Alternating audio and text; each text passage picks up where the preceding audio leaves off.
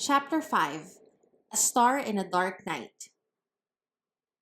Ibarra went into his room, which overlooked the river, and dropping into a chair, gazed out into the vast expanse of the heavens spread before him through the open window. The house on the opposite bank was profusely lighted. The gay strains of music, largely from stringed instruments, were borne across the river even to his room. If the young man had been less preoccupied, if he had had more curiosity and had cared to see with his opera glasses what was going on in that atmosphere of light, he would have been charmed with one of those magical and fantastic spectacles, the like of which is sometimes seen in the great theaters of Europe. To the subdued strains of the orchestra, there seems to appear in the midst of a shower of light, a cascade of gold and diamonds in an oriental setting, a deity wrapped in misty gauze, a sylph enveloped in luminous halo, who moves forward apparently without touching the floor. In her presence, the flowers bloom. The dance awakens. The music bursts forth. The troops of devils, nymphs, satyrs, demons, angels, shepherds, and shepherdess dance, shake their tambourines, and whirl about in rhythmic evolution, each one placing some tribute at the feet of the goddess.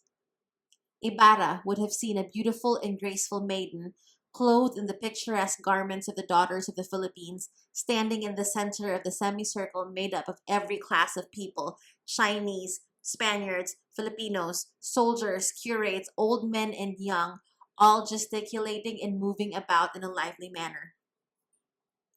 Padre Damaso stood at the side of the beauty, smiling like one especially blessed. Fray Sibylla, yes, Fray Sibylla himself, was talking to her. Doña Victorina was arranging the magnificent hair of the maiden, a string of pearls and diamonds which threw out all the beautiful tints of the rainbow. She was white, perhaps too much so, and wherever she raised her downcast eyes, there shone forth a spotless soul. When she smiled so as to show her small white teeth, the beholder realized that the rose is only a flower and the ivory but the elephant's tusk.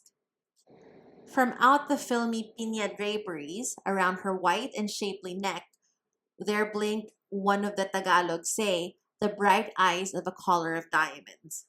One man only in all the crowd seemed insensible to her radiant influence: a young Franciscan, thin, wasted, and pale, who watched her from a distance, motionless as a statue and scarcely breathing.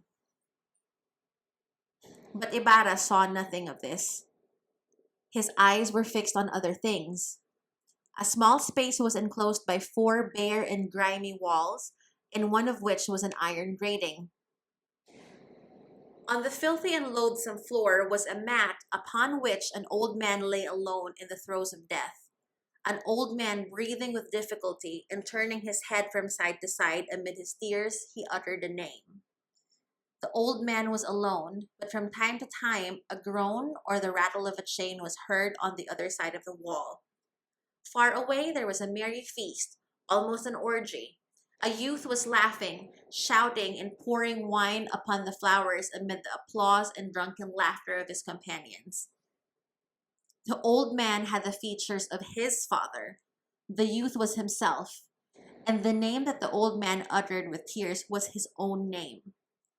This was what the wretched young man saw before him. The lights in the house opposite were extinguished.